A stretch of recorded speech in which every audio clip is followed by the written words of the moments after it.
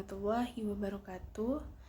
Perkenalkan, nama saya Dina Nigar Nahizah, mahasiswi Fakultas Hukum, jurusan Hukum Universitas Bangka Belitung. Saya saat ini berada di semester 3. Di sini saya ingin menjelaskan tentang prinsip-prinsip yang ada pada hukum diplomatik. Jadi di dalam hukum diplomatik itu terdapat beberapa prinsip. Yang pertama itu ada prinsip resiprositas, yaitu hubungan diplomatik yang didasarkan pada asas timbal balik, di mana negara pengirim dan juga negara penerima saling menghormati hak dan kewajiban. Misalnya negara A mengirimkan diplomat ke negara B, maka negara B harus menerima diplomat tersebut dan juga sebaliknya. Prinsip ini mendorong kesetaraan antar negara berdaulat dan dipraktikkan secara luas dalam hubungan internasional. Yang kedua ada prinsip kesepakatan bersama atau mutual consent, yaitu hubungan diplomatik hanya dapat dijalin jika ada persetujuan dari kedua negara. Negara penerima memiliki hak untuk menolak perwakilan yang diajukan tanpa harus memberikan alasan. Prinsip ini tercantum dalam pasal 2 Konvensi Wina tahun 1961 yang menegaskan bahwa persetujuan diperlukan untuk segala aktivitas diplomatik. Yang ketiga ada prinsip ekstrateritorialitas atau extraterritoriality, yaitu wilayah misi diplomatik dianggap sebagai perpanjangan wilayah negara pengirim, sehingga berada di luar yurisdiksi hukum negara penerima. Misalnya gedung kedutaan tidak boleh digeledah atau dimasuki tanpa izin dari negara pengirim. Prinsip ini juga menjamin keamanan dan kedaulatan perwakilan diplomatik agar dapat menjalankan tugas tanpa adanya gangguan.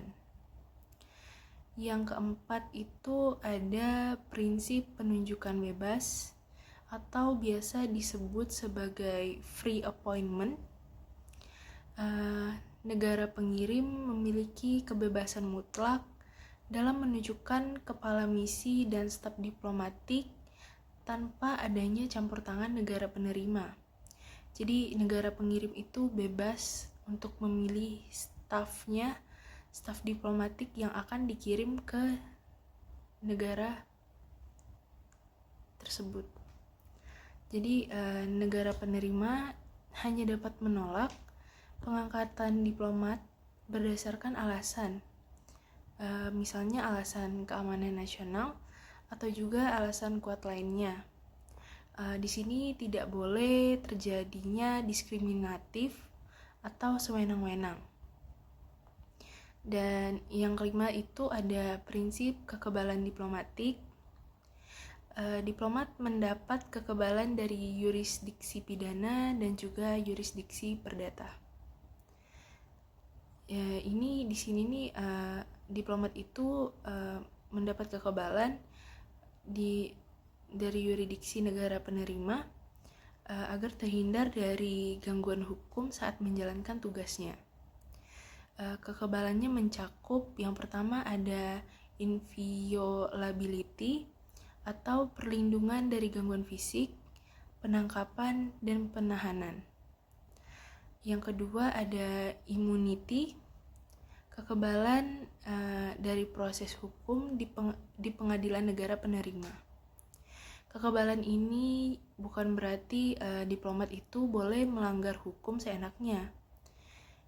Kalau misalnya terjadi pelanggaran berat, negara penerima itu dapat menyatakan diplomat tersebut sebagai persona non grata, sehingga mengharuskan diplomat itu ditarik kembali ke negaranya.